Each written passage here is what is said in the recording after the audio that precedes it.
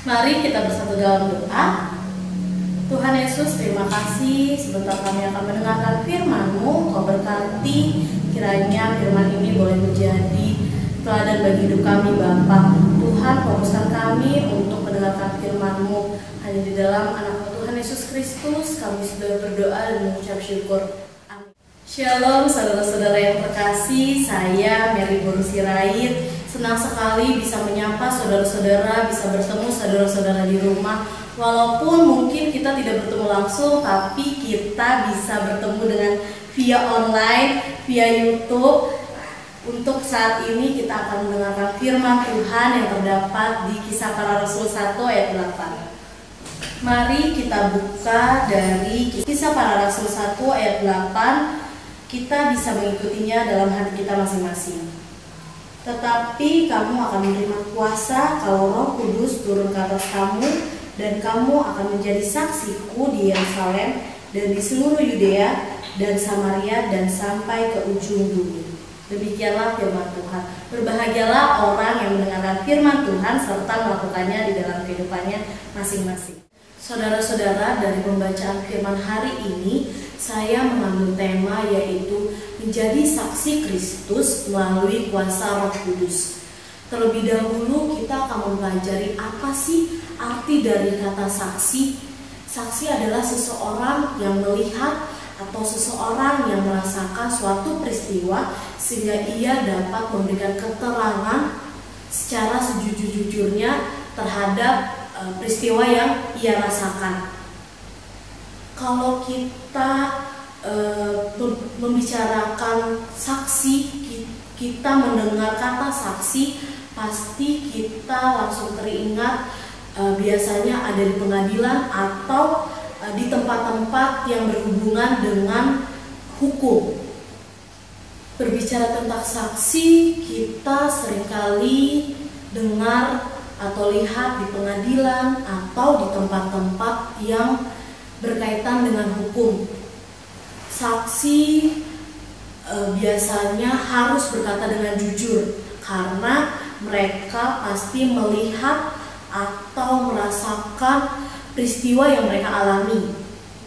Dan biasanya saksi harus berkata dengan jujur, berkata dengan apa adanya, dan tidak mengada-ngada apa yang mereka lihat, apa yang mereka alami. Mereka harus berbicara dengan jujur oleh orang di pengadilan. Kita sebagai orang-orang percaya juga bertanggung jawab menjadi saksi, yaitu menjadi saksi Kristus. Menjadi saksi Kristus itu bukan hal yang mudah. Sama seperti bacaan perikop yang tadi sudah kita baca. Pada zaman itu banyak sekali orang-orang yang belum percaya, banyak sekali orang-orang non-Yahudi sehingga mereka sulit untuk menjadi saksi Kristus.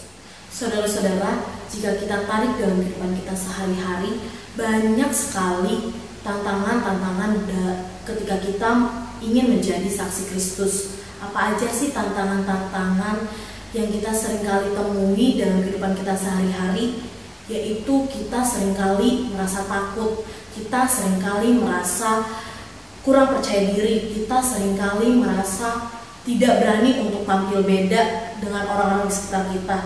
Bahkan kita kurang pengenalan akan firman Tuhan. Saudara-saudara, jangan karena keterbatasan, tantangan atau kelemahan kita nggak mau untuk menjalani tanggung jawab kita sebagai saksi Kristus. Ingatlah saudara-saudara, justru karena kelemahan itu kita dapat merasakan anugerah Tuhan yang sangat luar biasa dalam kehidupan kita. Jika kita baca perikopnya, apa sih yang Tuhan janjikan kepada kita untuk menolong kita? Iya benar, Tuhan menjanjikan Roh Kudus dalam kehidupan kita sehingga kita dimampukan untuk menjadi saksinya. Saudara-saudara, hal terbaik yang dapat kita lakukan untuk menjadi saksi Kristus yaitu kita mulai dari diri kita sendiri. Bagaimana kita hidup, bagaimana kita bertutur kata, dan bagaimana kita bersikap dalam kehidupan kita sehari-hari. Jangan tunggu kita sempurna dulu. Jangan tunggu kita merasa cukup dulu. Jangan tunggu kita merasa tidak berdosa dulu. Tapi kita mau melakukan hal-hal mulai dari yang sederhana. Contohnya, kalau anak-anak, sudahkah kita membantu orang tua kita di rumah selama masa pandemi ini? Untuk para remaja atau maposo, sudahkah kita mencerminkan nilai-nilai Kristus dalam pergaulan kita?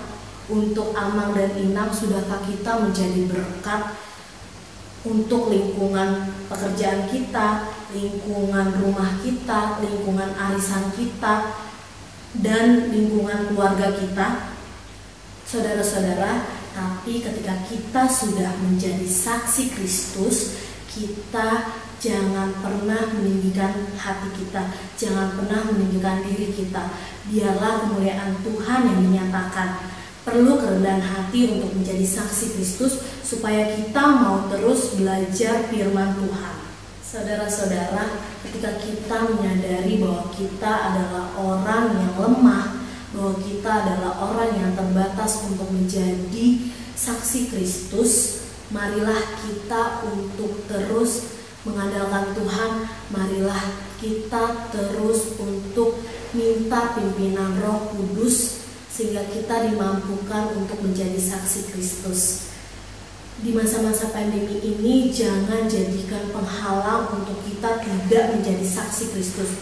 Justru di masa-masa pandemi ini, kita bisa menjadi saksi Kristus di dalam kehidupan kita sehari-hari, di lingkungan sekitar kita. Misalnya, kita mau taat untuk memakai masker, kita mau mengikuti protokol kesehatan yang dianjurkan oleh pemerintah, dan kita mau terus untuk mengupayakan apa yang menjadi peraturan dari pemerintah. Saudara-saudara, di tengah banyaknya tantangan, ada Roh Kudus yang selalu menolong kita.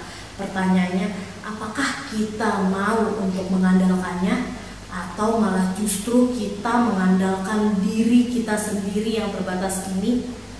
Semangat terus untuk menjadi saksi Kristus di dunia ini, dan kita mau untuk andalkan Tuhan dalam kehidupan kita sehari-hari.